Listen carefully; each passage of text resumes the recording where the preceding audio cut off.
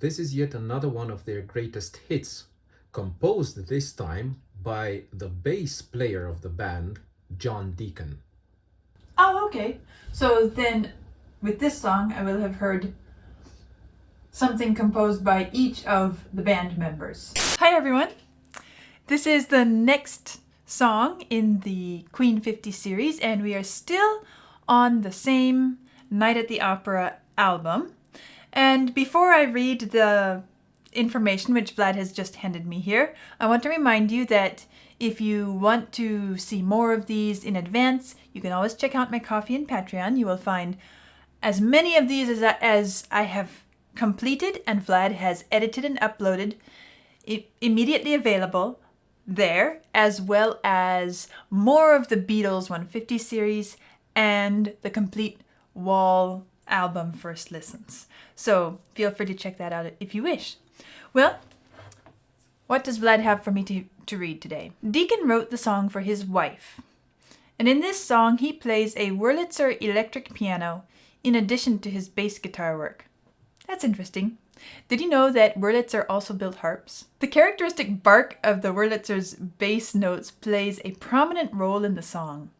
And during live performances, a grand piano was used rather than an electric, and it would be played by Freddie Mercury, while Deacon played the bass guitar as in the original recording. Deacon said, "Freddie didn't like the electric piano, so I took it home and I started to learn on the electric piano, and basically that's the song that came out when I was learning to play piano." I'm with Freddie. I like real grand pianos best.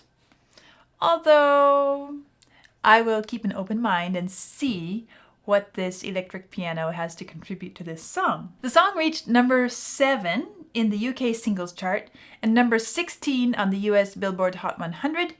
It is certified platinum by the RIAA in the US with over 1 million copies sold. All right, well, this is going to be fun.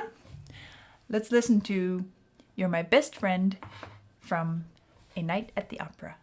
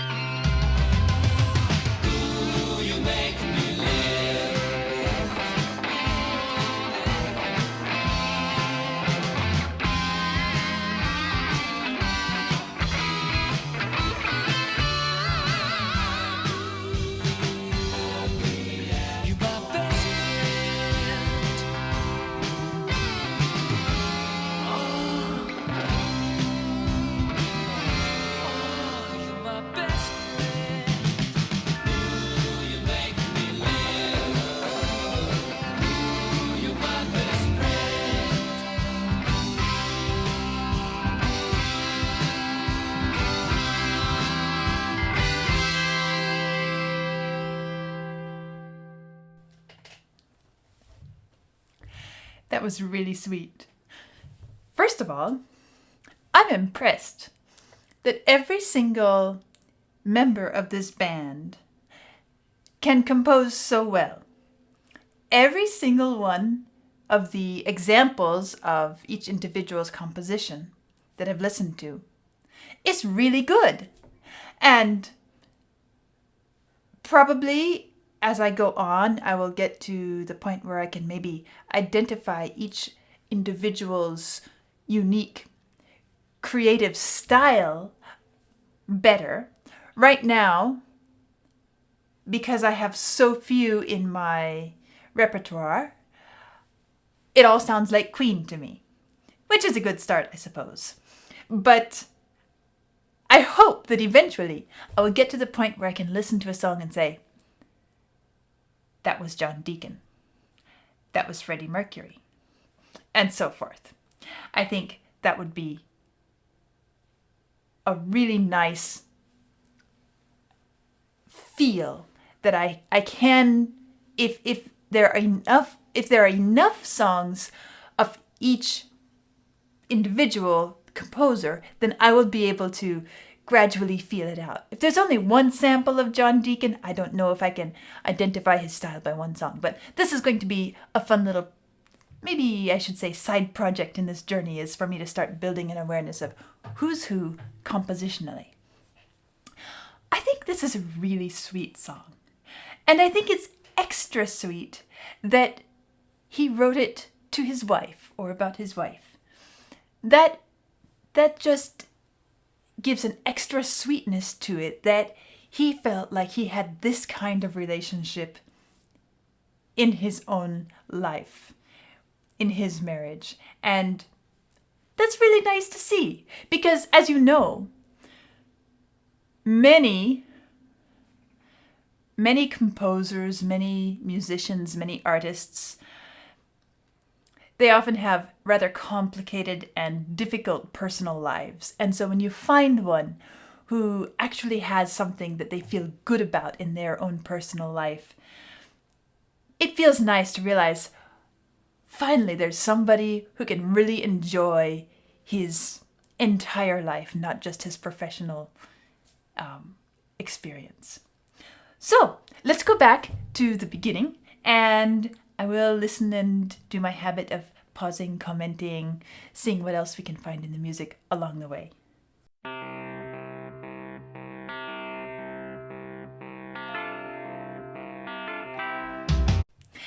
That is, I suppose, what it was talking about when it said the characteristic bark of the electric piano.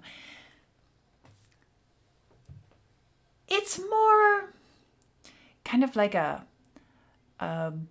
bowed acoustic bass, or something with kind of a really gritty. In fact, it almost sounds a bit like a harp string down in the bass. Let's see if we can do this.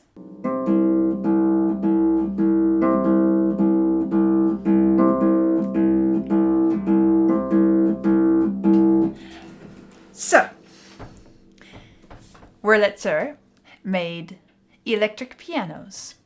They're a very old company, and long before electricity came into the creation of instruments, they built pianos and harps. And some of the old Wurlitzer harps are very interesting to look at. If you just do a quick Google search, antique Wurlitzer harp, you might come up with some interesting images if that interests you. But that's a bit off topic. Anyway, that has a particular meaty, gritty sound. Dee dee dee dee dee dee dee. And all the way through the song, that little dee dee dee dee dee features as an ostinato. I'm trying to imagine John Deacon, the bass player. Okay, he plays bass. Now he's taken this electric piano home. Freddie doesn't want to bother to learn to play it, so he takes it home. And he decides he's going to learn to play it. And so he starts poking around on the keys. What sort of sounds does this give? What sort of unique sound qualities does this give to me that are different from either my bass guitar or from Freddie's favorite grand piano sound? I can just imagine him coming to a low C. Dee, dee, dee. Oh, that's interesting. Bum, bum, bum, bum, bum, bum, bum, bum. And you fall into a groove here and you just kind of enjoy it. And then, of course, being the musician and the creator that he is, he starts building this song around this ostinato rhythm. Da-dee, dee, dee, dee, da-dee, dee, dee, dee. And we hear this first pattern still as the introduction. Now, I don't know if that's really how it happened, but I can easily imagine it happening that way. And it sounds very much like a sort of experimental testing out the instrument, finding what its own voice is. This is very much the Wurlitzer electric piano's own voice.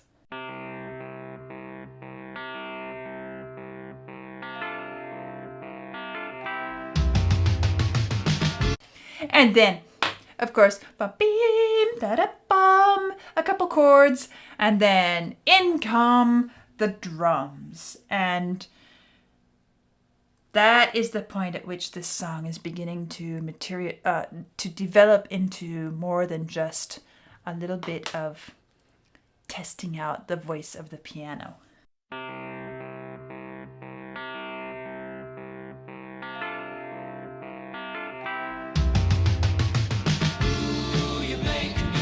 Right into a chorus. One of the things I've learned is that many of these choruses are just multiple recordings of Freddie's voice. And that's one of the reasons that they have such a uniquely identifiable sound quality. Because whenever one single person sings multiple parts and records them together, because it's all the same voice, there's a particular blend which is very uniform across the entire range. And, well, another place we hear a similar kind of blend, is if you hear a family voice ensemble. Sometimes you might hear a group of relatives all singing together. And if they're all musicians and they all sing, they all have a particular well-blended sound, because since they are all related, they all have very similar vocal qualities. And there's something very special about that continuity of sound across the range. It is one of the things that singing groups strive to build in, and that's why it's so common for choirs and choral directors and vocal ensemble singers to talk about the blend of the voice, learning to listen and learn how to make your voice blend with those around you. But here's Freddie, and he's just blending with himself. And that is what gives it that is the signature, the stamp of this sound, is that beautiful blend top to bottom of Freddie's voice.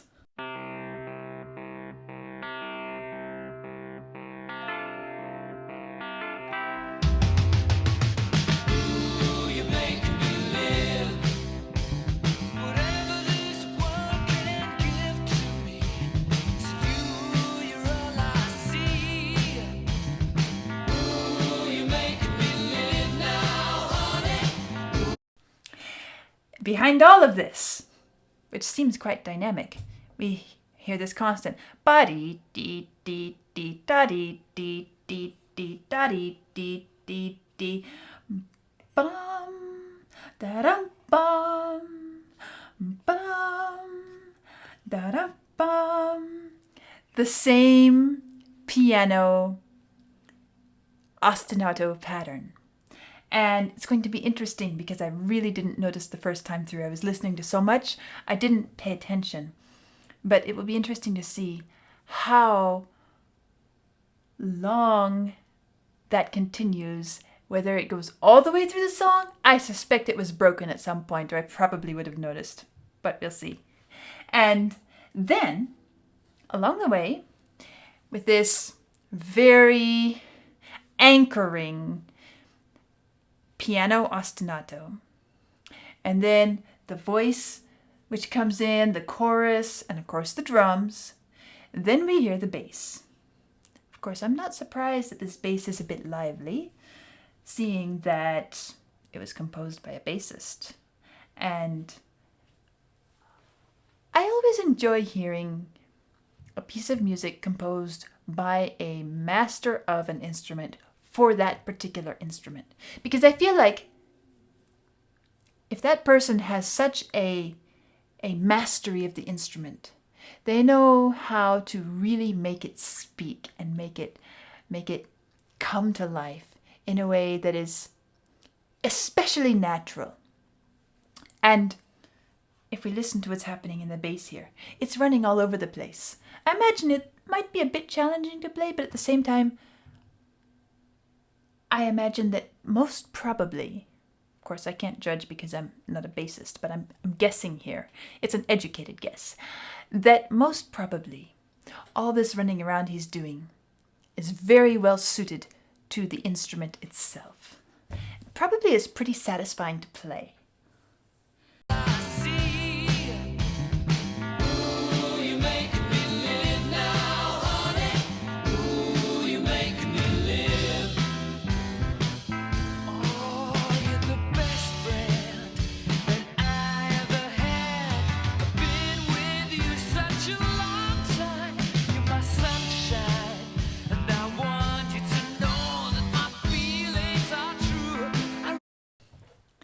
Notice what happens here.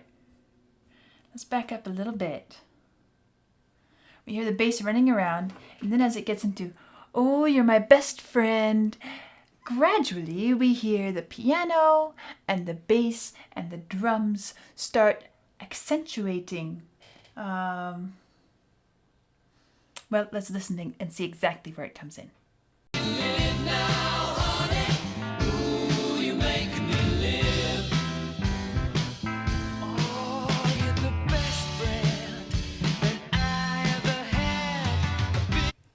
Oh, you're the best friend that I ever had. On those words, on those syllables of those words, notice what the instruments are doing underneath. It's not just that the voice is changing its rhythm, but the instruments are helping to accentuate and line out every note. Oh, you're my best friend that I ever had. Listen to what the instruments are doing underneath.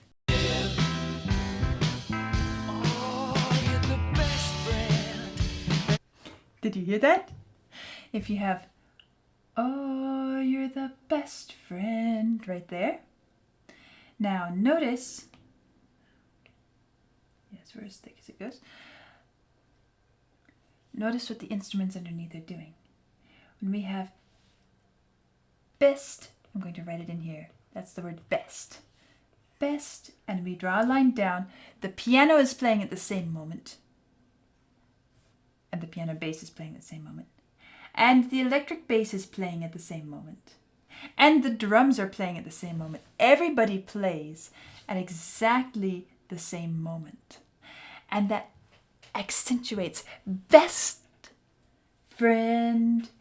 And the voice comes down here on friend. That's the word friend. And notice that underneath that, we don't have any, well, you might think, what's being played here? This is simply being sustained. No other instrument landed except for the drum. And it gives that really great syncopated but clean feeling.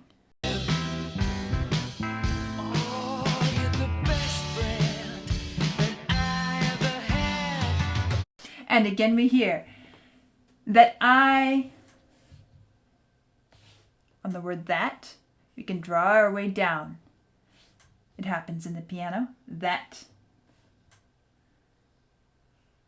And then on the word I, we end up also with the piano and with the drums. So all of this is helping to kind of give a little bit of a tug of war because the drum happens before here, but it also happens along with I. And in the way that we are placing some of the syllables very precisely with all or nearly all the instruments that are playing in that moment, and occasionally a syllable falls between, in the space between. By doing both of those things, it really helps to add some extra emphasis where we need it, but then when we fall between, it's a bit like taking a jump on a jump, and there's this sort of suspension and lift which the music feels, which we feel within the music. And so it keeps it buoyant and uplifting to hear.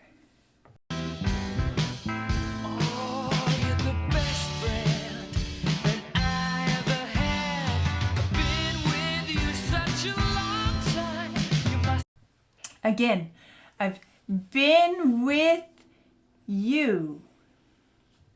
All of those are accentuated by the instruments underneath. Now, I said not too long ago it would be interesting to see how long this piano ostinato sustained itself without interrupting or changing. Well, it wasn't long after that it began to interrupt, because right here in the preliminary few seconds before "Oh, you're my best friend," that's when the piano starts to change. We haven't completely lost the rhythm. We haven't completely lost the bass of that piano there. Let's see. That's going to be a bit confusing.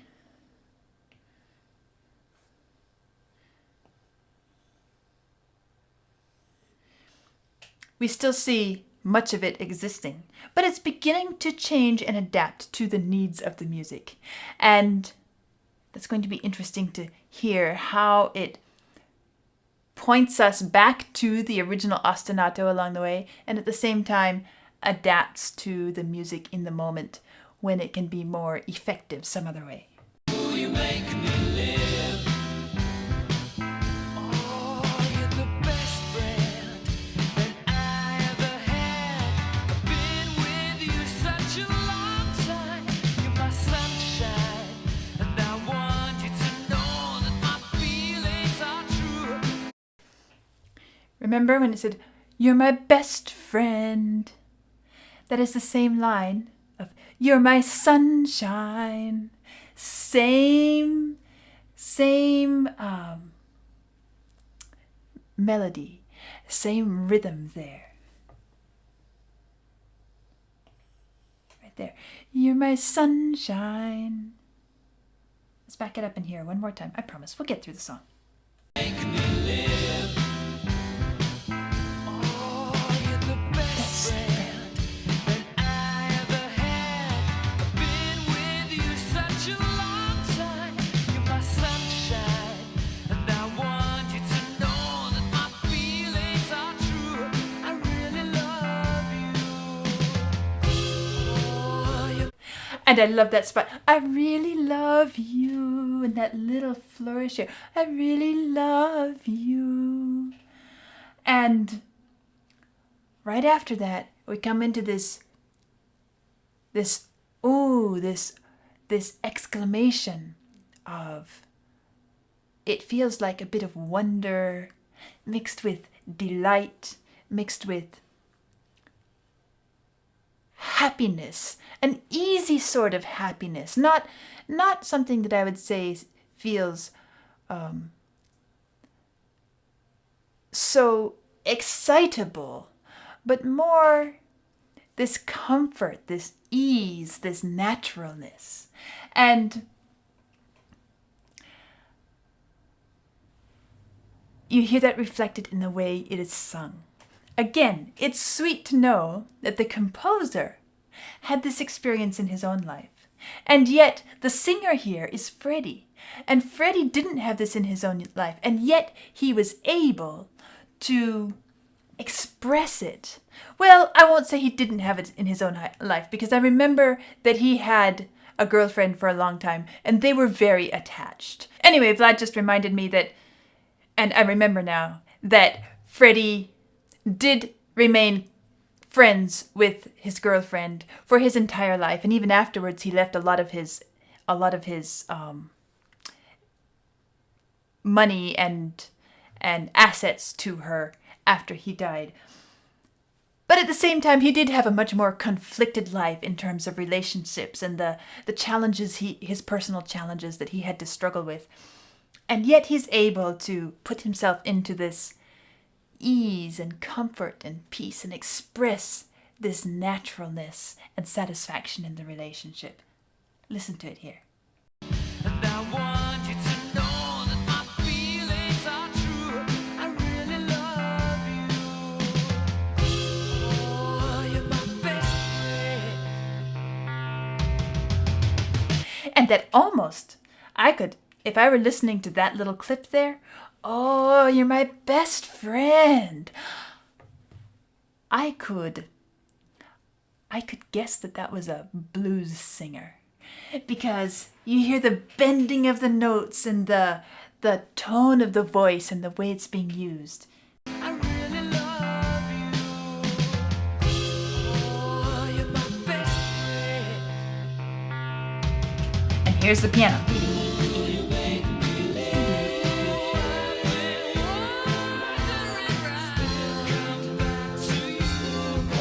Don't you love the way when he says, when the music says, the lyrics say, wandering around. The music basically goes off wandering somewhere other than the place it has been all this time. It's such a nice text painting moment, painting the words of the music with the music.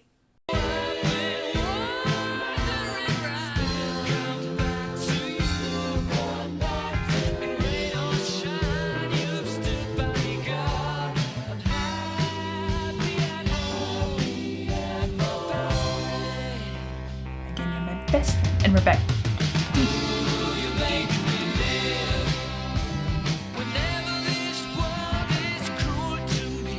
Notice the bass here again.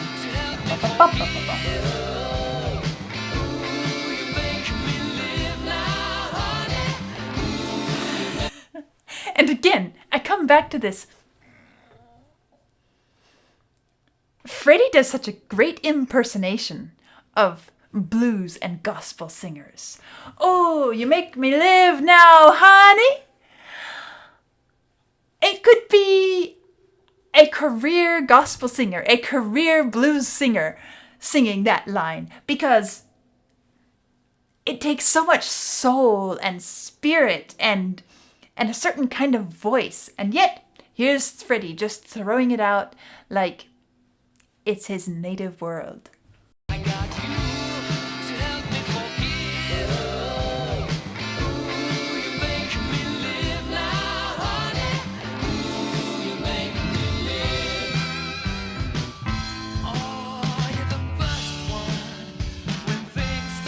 Again. Oh, you're my best friend. Now it says, oh, you're the first one. Same little line. Isn't it great fun to notice these little elements which a musician, an artist, a creator, a composer, a songwriter, however you want to identify this person, how a simple little element can be used and featured and become part of the fabric and identity of something that is so rich, so satisfying to hear, so enjoyable. And yet when we start breaking it down, we realize there is a certain kind of magic. The magic is in knowing how to put it all together. The magic is in knowing what fits best where. But at the same time, it's not entirely mystery. There can be magic without it all being some hazy, mysterious thing. And when we start to wipe away the fog and remove some of the mystery element, it doesn't take away the magic. Instead, it illuminates, it brightens, it shines a light on the absolute beauty of the creation, of the work that went into this. And it also helps us if we would like to try something like that, whether it is with music or some other art or a craft or a science, to recognize that, yes, of course, I don't want to diminish the brilliance, the genius that was Queen, that were each of the members. But at the same time, remember that they were each human beings. They weren't gods from another planet, although we might sometimes be tempted to think so. And it is true that individuals sometimes show up with an ability that seems out of this world. And we recognize that it is something special. It cannot be recreated. And yet remember, you, each one of you, have your own special that cannot be recreated. And you should take some encouragement from a process like this, where you recognize that if you find your own special and you learn how to put a voice to your own special, how to let your own specialness speak, then you have the ability to not only express yourself, but to be a means of expression for others as well, and to meet them in whatever medium you have. And this is what we're noticing here with this song. Specific little details, which are beautiful in their simplicity, beautifully applied, and then they are linked together and woven together into such a pleasant, rewarding final work. That is the process of creativity. It's not something that just drops down out of heaven and lands on our heads and we are suddenly a miraculous musician. That wasn't the case for any of these, even if they had exceptional gifts in certain areas. It was something that grew and something that was created piece by piece within each song. So, back to this. Let's go on and notice what else we can find. Oh, you're the first one when things turn out bad. You know I'll never be lonely. You're my only one, and I love the things I really love the things that you do. A nice place where it says, let's see, where is it? I love the things. Oh, I love the things. And then it's repeated. I really love the things that you do. It's as if,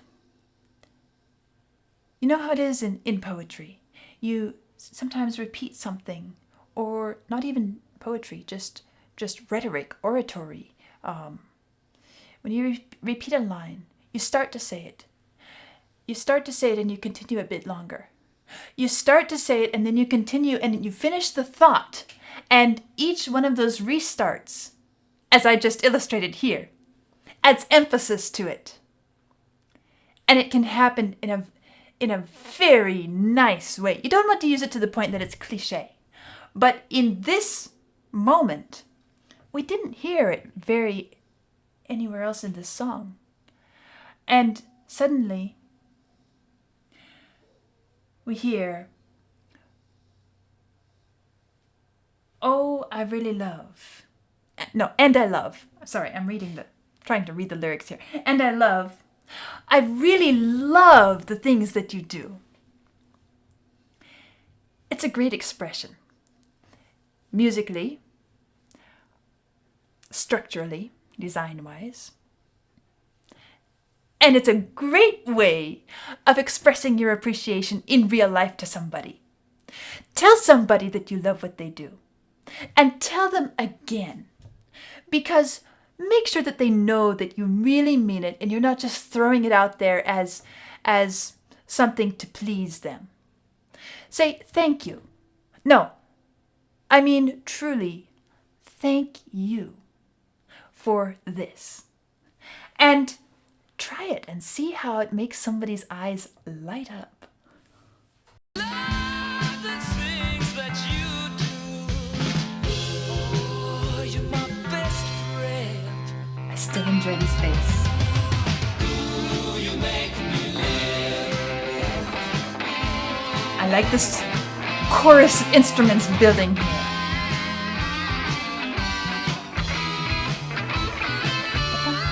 Notice the bass even as the guitar is singing on top. You're my best friend.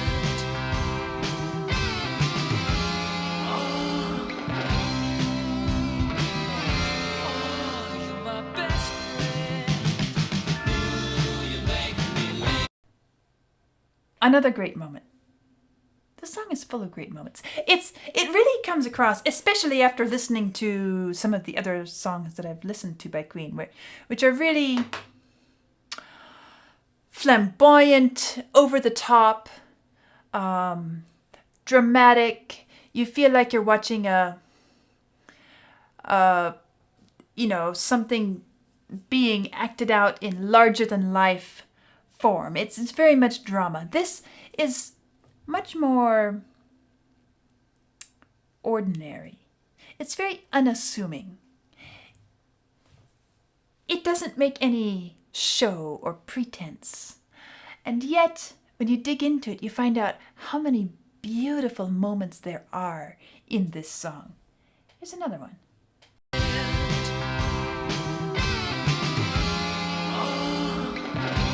When he says, "Oh," it's so full of inexpressible expression. And moving up to it, we hear the bass, bum, bum, bum, bum, bum, bum, bum, and then the guitar coming in. And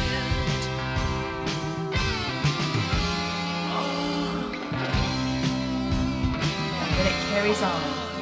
And everybody pauses again to listen to him say, "Oh, you're my best friend." It's as if those expressions bring everything to a halt around.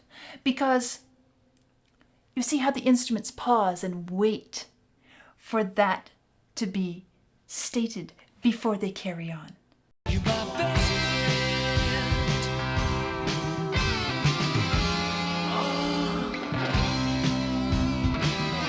Oh, you're my best friend. Ooh, you make me live. Ooh, you're my best friend.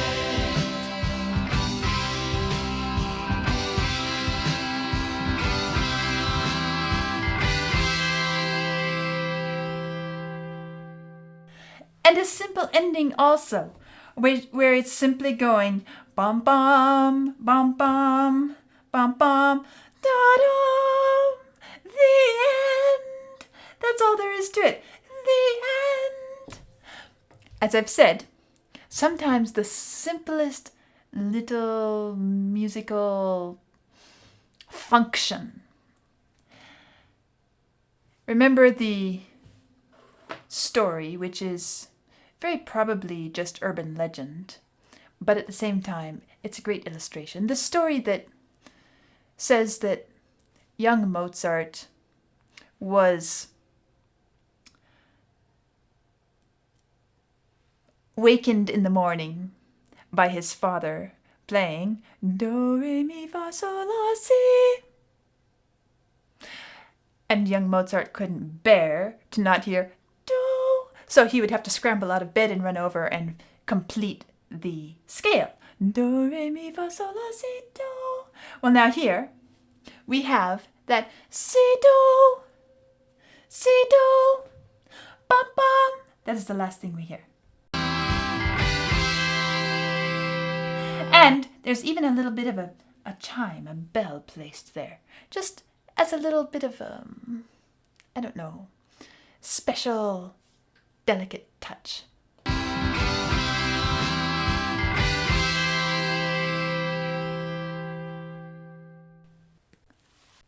A sweet, gentle, unassuming, entirely natural and comfortable song and expression of friendship. It's not even trying to say, to express any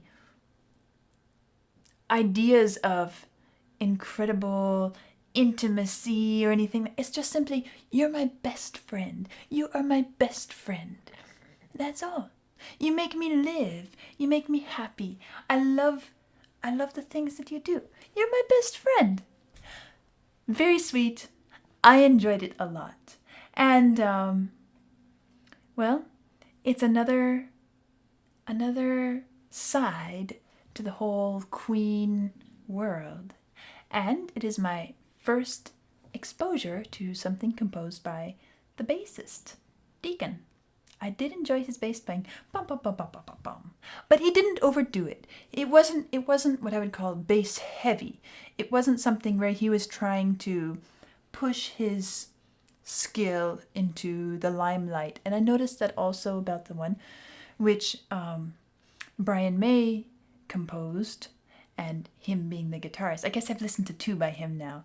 And again, it doesn't feel like either of them were using it as a vehicle to promote their ego. And I appreciate that. I feel like they're taking a very artistic approach and using their skills to serve the expression, rather than making the expression a vehicle for their own moment in the spotlight. I appreciate that, and I enjoyed it. Well, don't forget to check out Ko-fi and Patreon if you wish, and we will see what comes next on my Queen journey. I'll see you next time.